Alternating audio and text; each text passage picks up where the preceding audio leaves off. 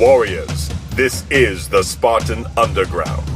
And now, your host, James 300 Foster.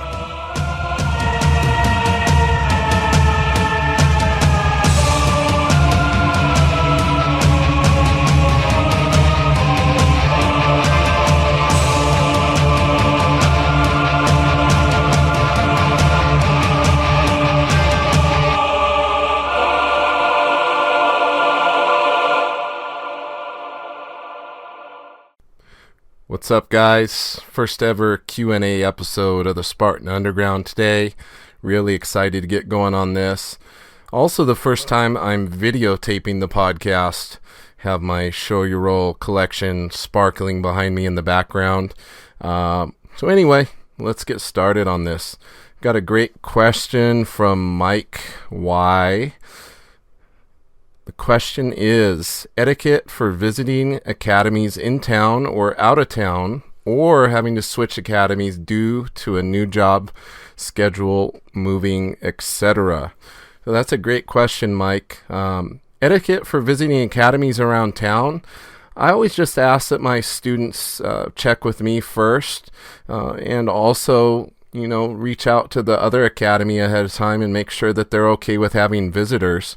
That's, if you're in town, I would always make sure that you run it by your instructor, because every school is different and they have different rules and customs. And, bottom line is some places are more cool than others about not only allowing their students to visit other academies, but also having visitors to their academy. So it's always good to reach out and check, make sure that they're open to having visitors.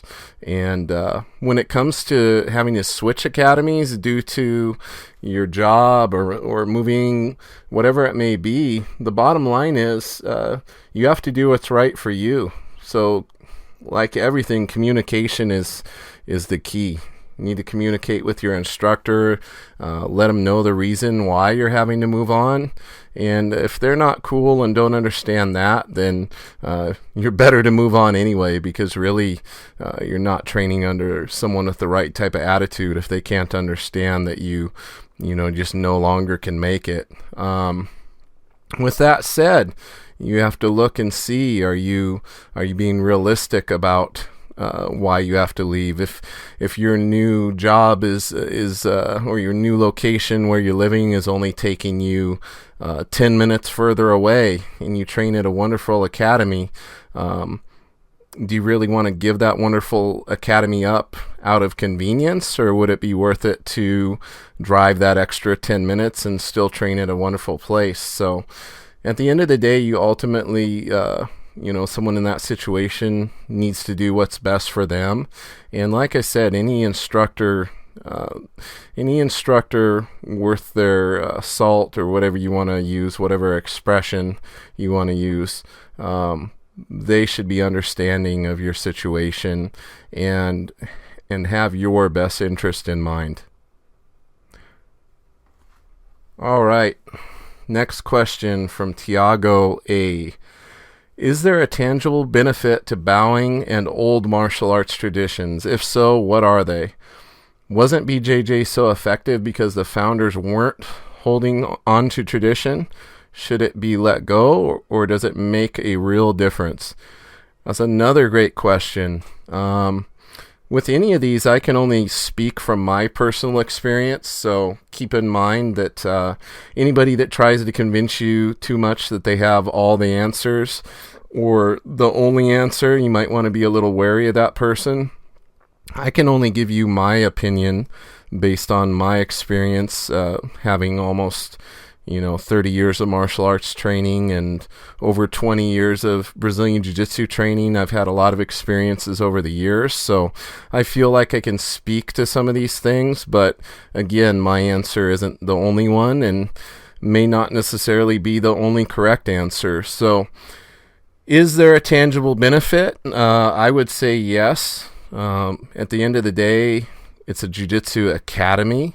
It's not a club where people can come in and do whatever they want. So I think having some traditions or structure is very valuable and beneficial. with that said, I think it can be taken to the extreme, and some places are too traditional. So I think you have to walk that fine line and make sure that you're having structure but not being overly traditional, because I do think that can turn a lot of people off. But there are people that also look for that. So ultimately, you have to try a lot of different academies and find the one that's the best fit for you. And as to whether BJJ was effective because the founders weren't holding on to tradition, that's actually false.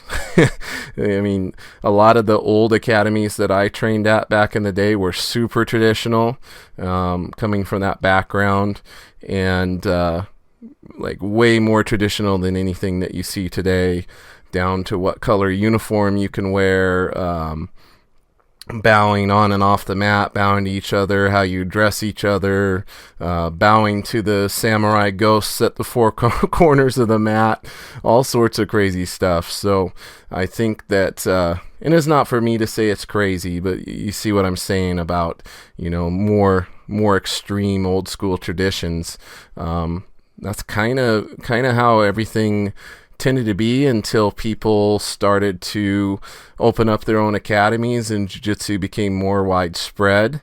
And some people, they didn't come from a traditional martial arts background. A lot of jiu-jitsu people, jiu-jitsu's been the only martial art that they've been in. So maybe when they open their academy, they don't go out of their way to include those things. And that's fine if you want to have a kind of a club environment and a little bit more unstructured, but I definitely see the benefit in having structure for your students. And ultimately, bowing to me is just a sign of respect. So we bow out at the beginning or bow in at the beginning of class and out at the end of the class. So to me, that's not too traditional. Just something I like to do. Paying our respects to each other before and after class. I don't think that's too much. And I think it just provides that little bit of structure that people deep down maybe subconsciously crave. So to me, that's the difference that it makes, and why I prefer to incorporate that into my academy personally. Aaron D., my stalker. Just kidding, Aaron. Aaron always supports my seminars. He's a great guy, trains here locally, and shows up at my seminars when I'm out of state, and I can't thank him enough for the support. I love having him show up, and it's always great to see his smiling face. Aaron asks, guidance for new BJJ practitioners considering their first competition, first seminar, or first visit to another academy. The last part, refer to my answer to Mike's question. Definitely reach out to the academy. Always go in humble, always go in respectful. Always ask what their traditions are, what their rules are.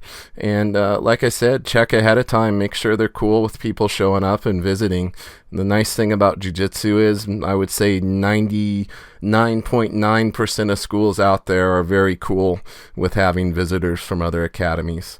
To your first part, guidance to new BJJ practitioners considering their first competition, realize that it's not that big of a deal. I think a lot of us, we have this expectation and this vision of what a competition is going to be in our mind, and we blow it way out of proportion, make it way scarier than it actually is, and put too much pressure on ourselves. I know I did back in the day. I would put so much pressure on myself. I would say, man, my instructor's going to disown me if I lose. And then when I had my academy was just starting, I would think that if I lost my match, that all my students were going to quit. And we build all these unrealistic things in our mind that are so far from the truth. And really, your instructor and everybody's proud of you just for getting in there and pushing yourself and stepping onto the mats in the competition. That is, if you have a good instructor and you're not at like some kind of Karate Kid-ish Cobra Kai type dojo where you're going to get beat up if you lose the competition. But far from the truth. You end up going out there, learning, win, lose, draw. You're going to have a great time. You're going to take things away from it. And I would say don't blow it up in your mind. And also make sure that you train properly for it. And that you go in there realizing that it's not the end of the world if you lose. There's an old Randy Couture quote that I heard somewhere a long time ago where basically he said that he would ask himself in his mind, if I lose this fight, is it going to be the worst thing that ever happened in my life? And man, the answer is going to be no. It is not going to be the worst thing that's ever happened in your life. So it kind of puts it into perspective. And also, don't be afraid to admit if you're nervous and all of that. I mean, and once you admit to yourself, yeah, I'm nervous, you got nowhere but forward to go from there. So, but I would say don't put too much pressure on yourself and go in there for the fun and the experience and to learn. Ultimately, it's all experience. And especially if you're brand new in a white belt, man, no pressure at all. If you're getting out there the first time competing and you're a black belt, yeah, it might be a little more pressure and might be a little more things going through your mind. But as a white belt or someone new like blue belt going into a competition, and just relax and have a good time. Make sure you put it into perspective. First seminar, depending on what kind of seminar you're going to, always ask ahead of time if it's okay to videotape, if it's okay to take notes. There's practitioners out there that when they teach a seminar, they won't allow notes, which I think is kind of silly, because if people are paying good money to attend your seminar, they should be able to at least write notes and be able to remember what they learned. I understand the whole no videotaping thing. I personally allow everybody to videotape at my seminars because I want them to take away and remember what they learned that day. So I just ask that they don't, create a DVD and start selling it without getting my permission first, or put anything on YouTube that I don't approve. I like to ask for them to get my approval first, and make sure that they only use it for themselves is what I'm trying to say. So I hope that helps, Aaron. I think you already know that because you do a lot of seminars, but that's a great question. Let's see, who's next? We've got Kyle E. Kyle says, so what would you say about a white belt seeing moves on the internet and practicing them in an open mat session? Is it okay, or should we stick to the curriculum that is taught in class? With my current situation, there isn't much more I can do but watch videos and dream about rolling, hopefully soon. Kyle's just coming off a lower back surgery, so he's got to be really careful. He has been coming into class, but definitely can't roll. That's a great question. I would definitely say drilling things at open mat is awesome. Watching stuff online isn't bad. It's just nowadays there's so much information out there. You got to really be careful it's coming from a quality source. And you also have to make sure that you're not trying to practice too many things. Pick one thing and drill it over and over and over and over until it's a reflex. You don't even have to think to apply the technique. A lot of people, they become collectors of moves. I actually talked about this in class today. We become collectors of moves, Oh, I keep getting caught in the armbar. I need to learn another armbar escape. And then you learn 5 different armbar escapes, but you still keep getting caught in the armbar. And so with those guys, I like to say, well, why don't we look at why you're getting caught in the armbar and fix that? And then we can have our worst case scenario move or two to use to get when we're already caught in the armbar to get out. So I think it's important to really narrow down your focus, but definitely if you follow that, definitely beneficial to drill during open mat. I don't think you need to always stick to the curriculum that's taught in class. We don't have a strict curriculum, so if you want to get in and drill a move that we worked that week, that's cool too, but definitely can do your own thing and work on another aspect of your game. So I hope that helps you, Kyle. I want to see you in there. I want to see you practicing. That's the main thing. Getting on the mat and doing what you can to be there and be in that wonderful training environment while your back heals up. All right, let's see. Wow, we've got a 5-parter here from Tony W. Tony's a great friend of mine and an amazing martial artist himself of many, many years. Holds black belts in multiple different styles and is an awesome purple belt in jiu-jitsu. Let's see. He says, what should be the instructor and student relationship? I think it needs to be one of respect, and that works both ways. So the student shouldn't just be expected to blindly respect the instructor just because they're the instructor. What I mean by that is if the instructor is not treating them with respect, they don't need to be expected to blindly follow and respect that person. It's a two-way street. If I treat my students with respect, I expect to receive the same thing in return and vice versa. So I think when you get into trying to be too much of a friend, it's kind of just like a parent relationship with their child. It's if the parent wants to be the friend too much and not be the authority figure at all, you end up with a lack of respect from the child. So I could see, not saying that students are children, but if the instructor is trying too hard to be the student's buddy, I've seen it go the way of the student not respecting that person as much, because sometimes people, I hate to break it to you guys, but people take kindness for weakness. So you need to make sure that you keep that in check. I'm not saying to be mean to your students, but you don't always have to be their buddy all the time. You can be the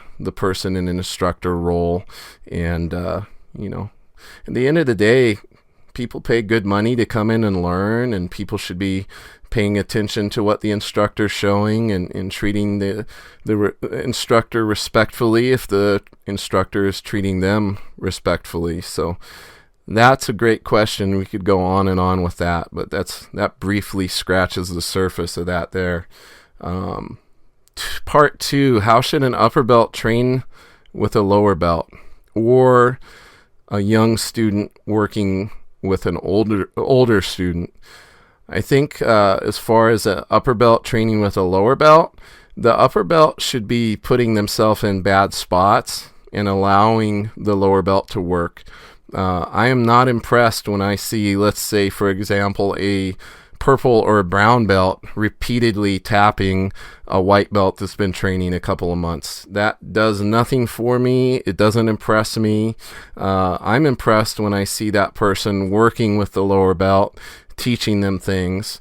And also, if you're an upper belt and you put yourself in the situation of working from a bad spot with a newer person, it works twofold. You're going to improve yourself and that other person, because let's say, for example, I allow them to get me in side control.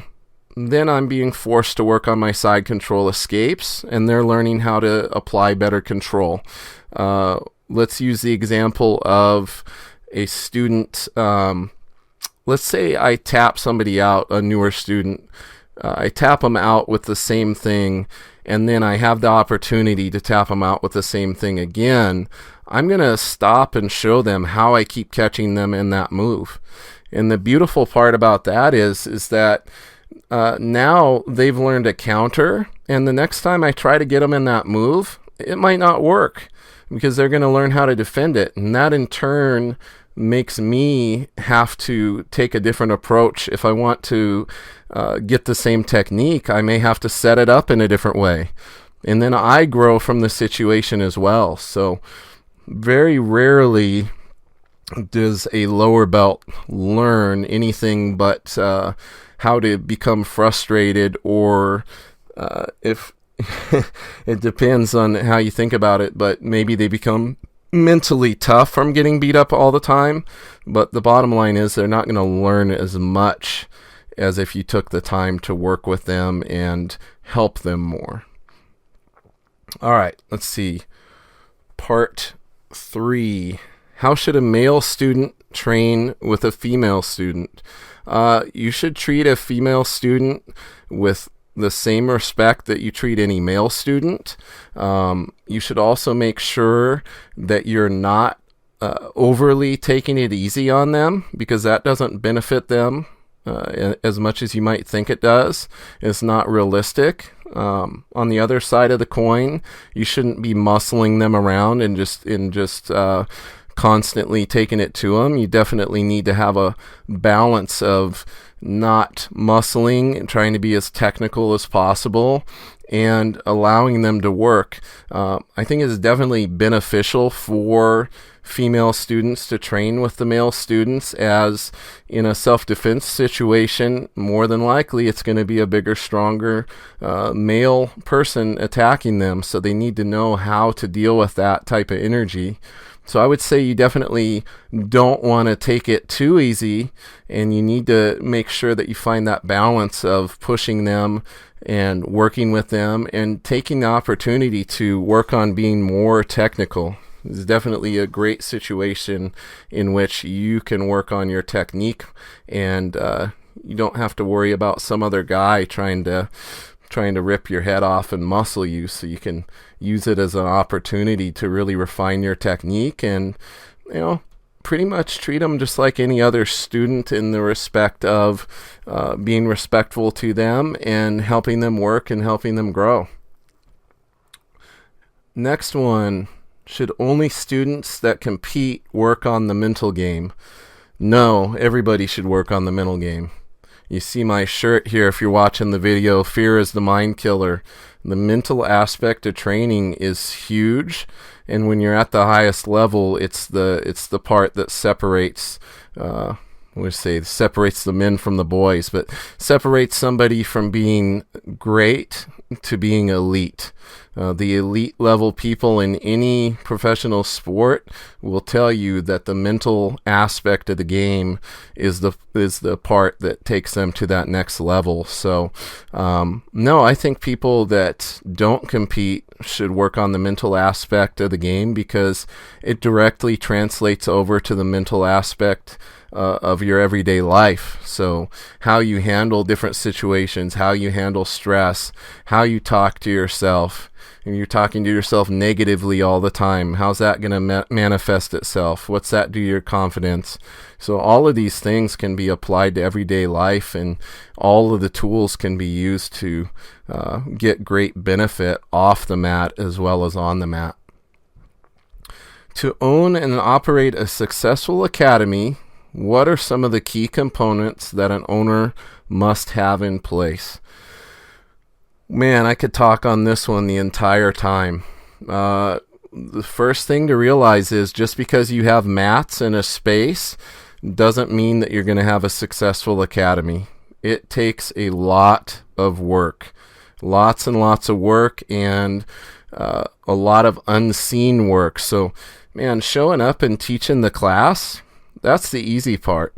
All the hard part happens behind the scenes when you're not at the academy, when you're on your quote-unquote day off and you're working and you're constantly working on growing and improving the business.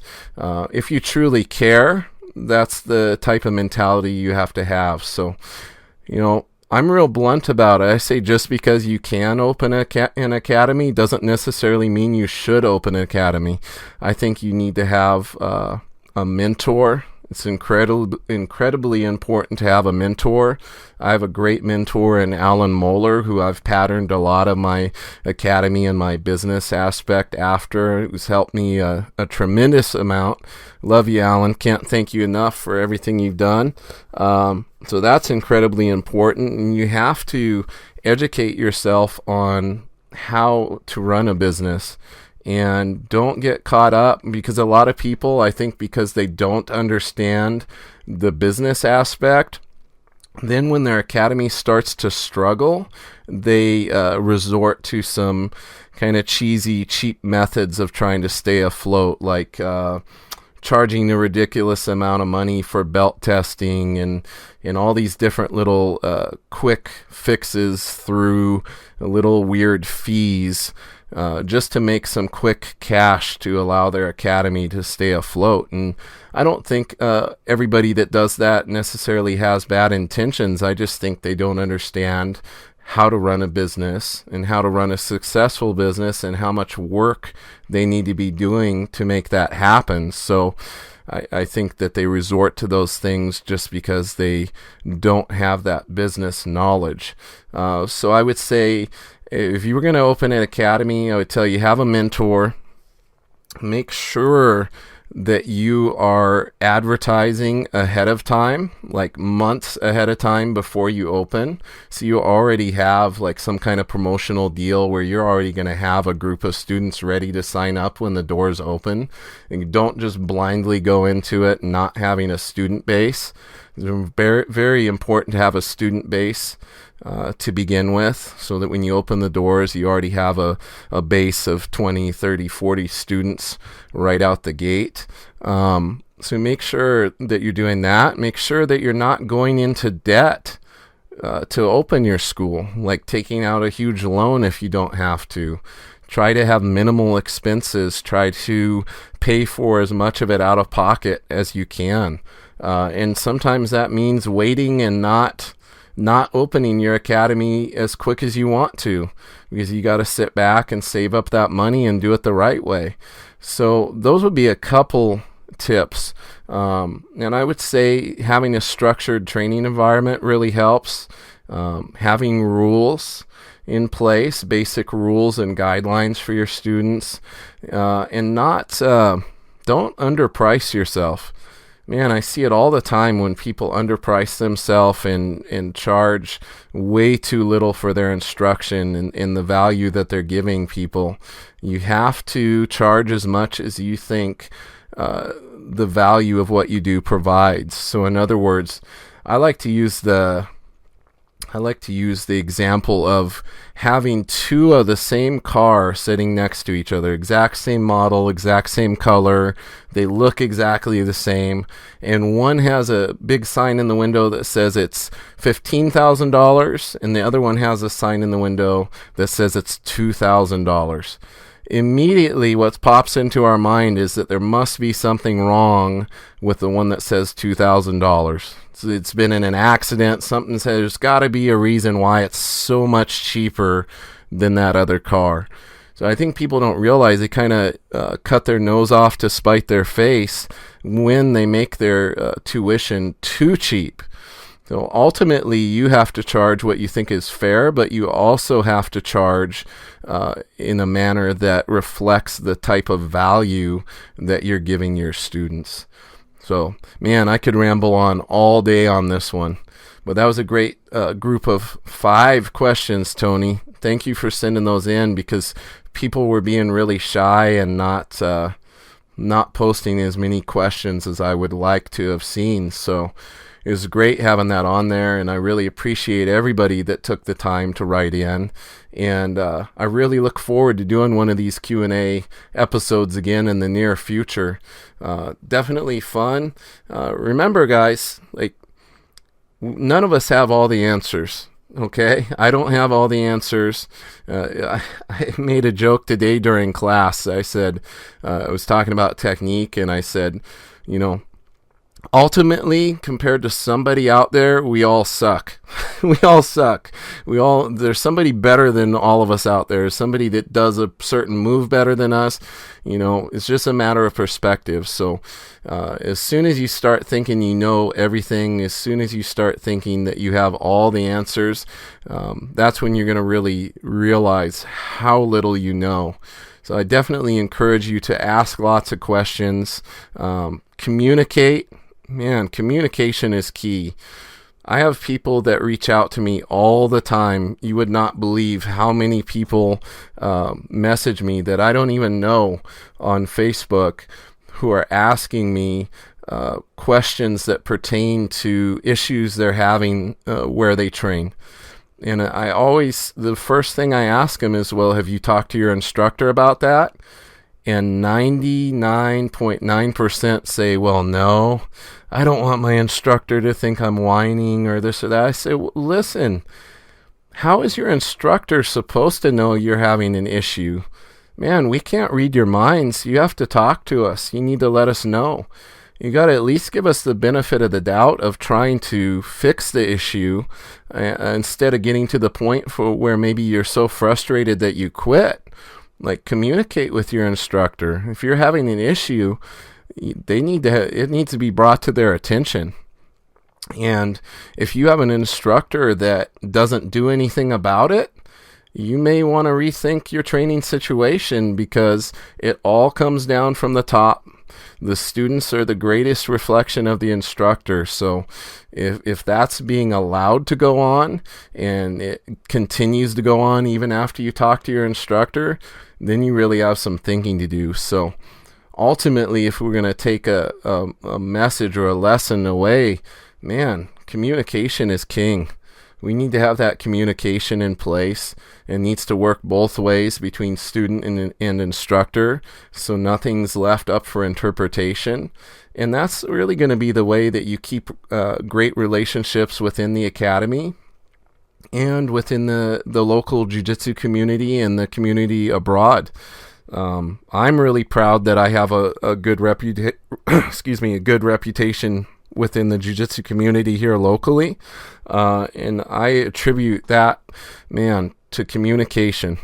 Definitely being open and communicating and never leaving anything up to interpretation. I think that's very important, that if you hear something, little whispers about something, someone saying this or that, go talk to that person face to face and resolve the issue like grown-ups. That's what grown-ups do. So we need to make sure that's a part of our mentality, that we are communicating. We're not just sending a text or making a passive-aggressive post on Facebook that maybe or maybe isn't directed at somebody. Man, I'm a man. If I have an issue with you, I'm going to come and I'm going to talk to you. So you need to make sure that you're approaching your life and your jiu-jitsu life in that manner, and it's definitely going to benefit you. I promise this is going to benefit you, and you're going to be so happy that you did it. And with that, guys, that's going to end the Q&A episode. I hope you enjoyed yourself. Man, you can always send me questions. I'm available on Facebook, Instagram, wherever. My email is coach@fbjjonline.com. You can always email me there. And guys, I get a lot of people asking me, when are you going to come do a seminar in New York? When are you going to come here? When are you going to come there? Guys, encourage your instructors to reach out to me. If you say that you heard about it here on the podcast and have them mention that, I will give them a discount. I would love to come out and share my love and my passion for jiu-jitsu with you guys in person at your academy. Trying to get out to New York. I would love to see that place. And it's one of the few places now in the U.S. that I haven't been that I would really like to go. So, man, for the people that ask that, encourage your instructor to reach out to me, and I promise I'll give them a good discount, and I'll do an awesome seminar. All right, guys, I look forward to next time. Take care. Bye.